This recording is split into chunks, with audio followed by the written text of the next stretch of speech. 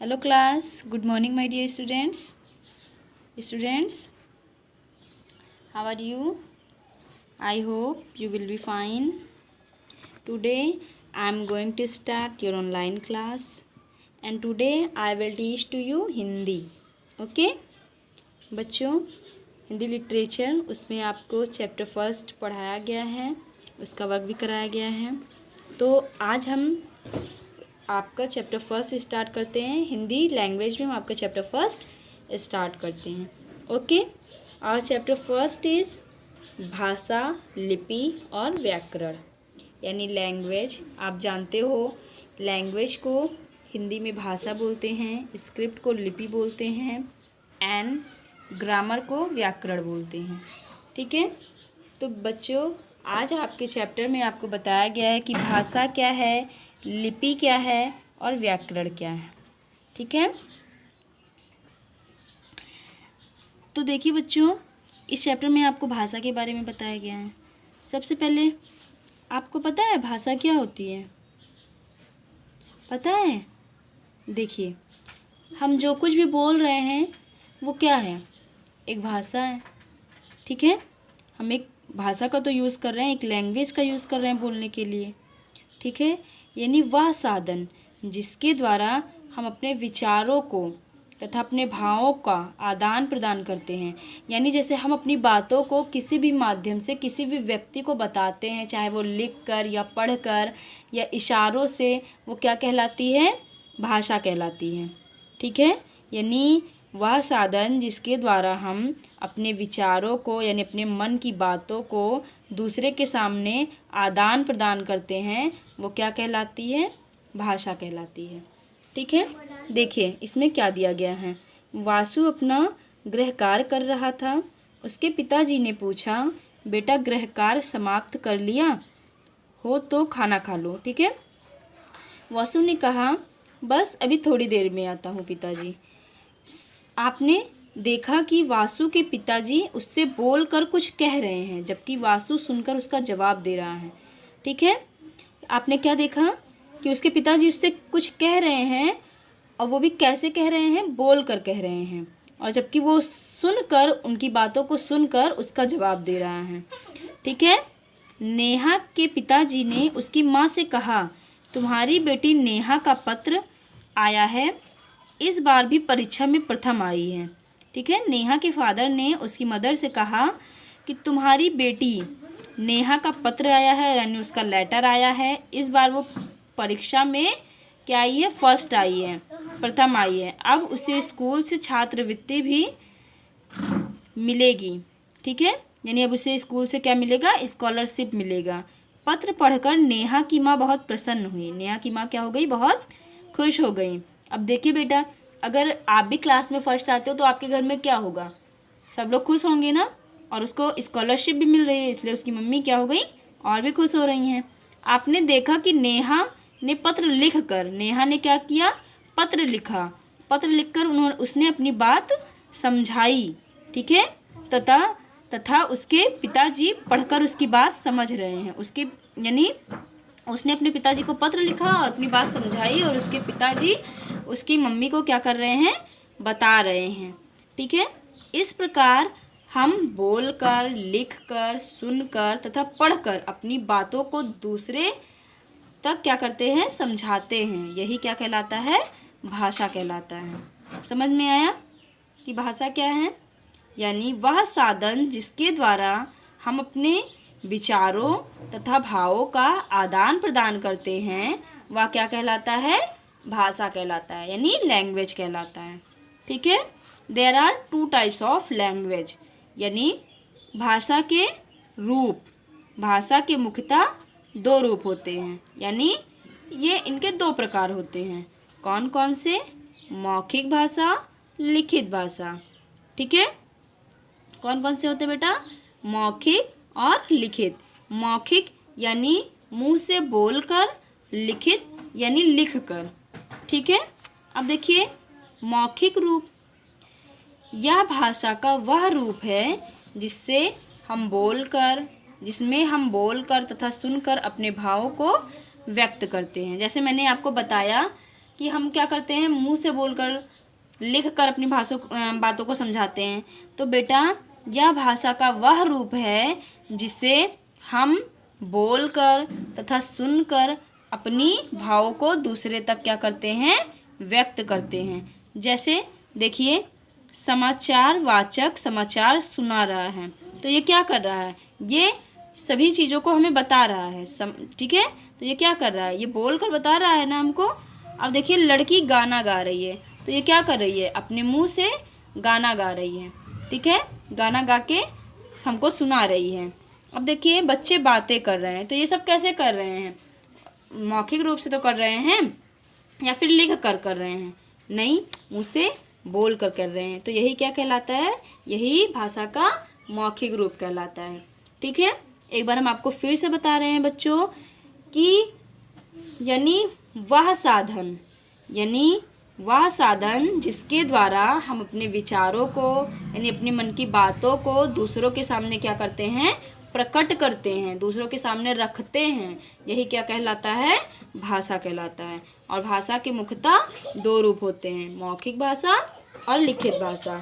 मौखिक भाषा वो होती है जो हम अपने मुंह से बोलकर सुनकर किसी को क्या करते हैं, अपने भावों को दूसरों तक पहुंचाते हैं, यही मौखिक भाषा कहलाती है। ठीक है, तो देखिए बच्चों, अभी तक आपने जाना किसके बारे में, मौखिक भाषा के बारे में। ठीक है, अब देखिए लिखित भाषा, लिखित रूप।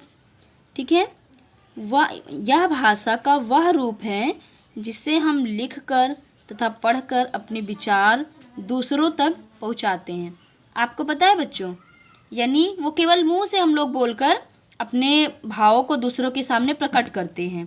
ठीक है, लेकिन यह भाषा का वह रूप है जिससे हम अपनी बातों को लिख कर भी दूसरों तक क्या कर सकते हैं, पहुंचा सकते हैं। ठीक है, तो यही क्या कहलाता है, यही भाषा का लिखित रूप कहलाता है। यानी हम अपनी बातों को किसी के सामने लिख कर प्रकट करते हैं, यही क्या कहलाता है, लिखित भाषा यानी लिखित रूप कहलाता है। आपको पता है बच्चों, यानी आपको कोई चीज़ ओरली पढ़ाई जाती है तो आपको समझ में तो आता है, लेकिन कोई चीज़ें ऐसी होती हैं जो आपको बिना लिखे नहीं समझ में आता। कुछ बच्चे कहते हैं मैम बोर्ड पर लिख दीजिए। ठीक है, तो यही क्या कहलाता है, तो यही एक भाषा का रूप कहलाता है, यानी लिखित भाषा कहलाता है। ठीक है, देखिए एग्जाम्पल भी दिया गया है। कमल पुस्तक पढ़ रहा है, अध्यापिका श्यामपट्ट पर लिख रही है, यानी बोर्ड को क्या बोलते हैं, श्यामपट्ट बोलते हैं। दादाजी अखबार पढ़ रहे हैं। ठीक है, कभी कभी हम संकेतों के द्वारा भी अपनी बात दूसरों को समझाते हैं।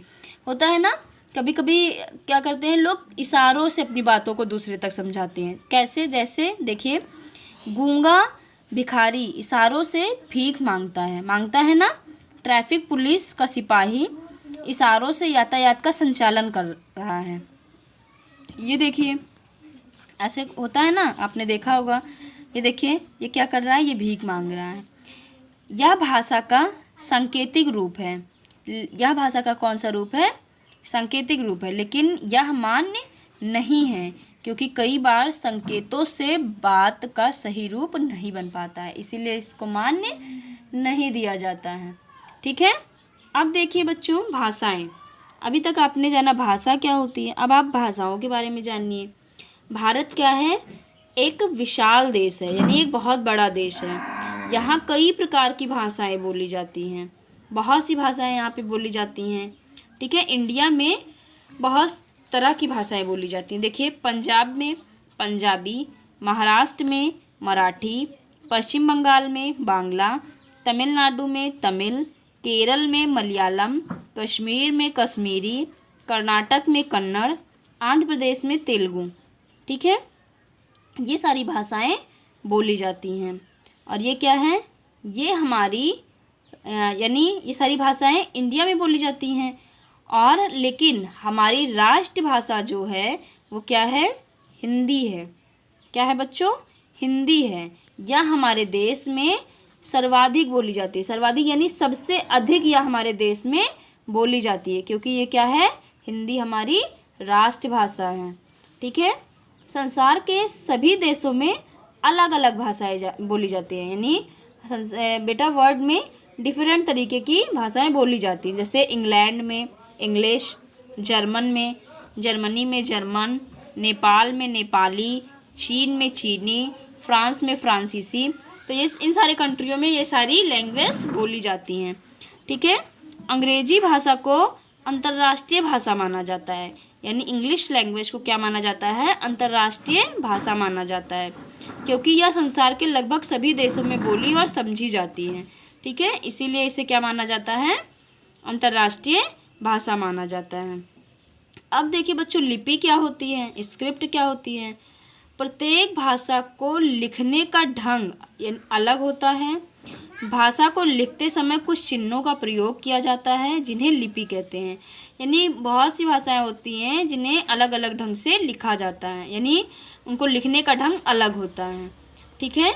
भाषा को लिखते समय कुछ चिन्हों का प्रयोग किया जाता है। ठीक है, कुछ सिंबल का यूज़ किया जाता है जिन्हें क्या कहते हैं, लिपि कहते हैं। आपको समझ में आई कि लिपि किसे कहते हैं, यानी प्रत्येक भाषा को लिखने का ढंग अलग होता है और भाषा को लिखते समय कुछ चिन्हों का यूज़ किया जाता है, उन्हें ही लिपि कहते हैं। ठीक है। प्रत्येक भाषा की अपनी लिपि होती है। अब देखिए, जैसे हिंदी भाषा की लिपि देवनागरी है। सभी भाषाओं की लिपि क्या होती है, अलग अलग होती है। तो हिंदी की देवनागरी है।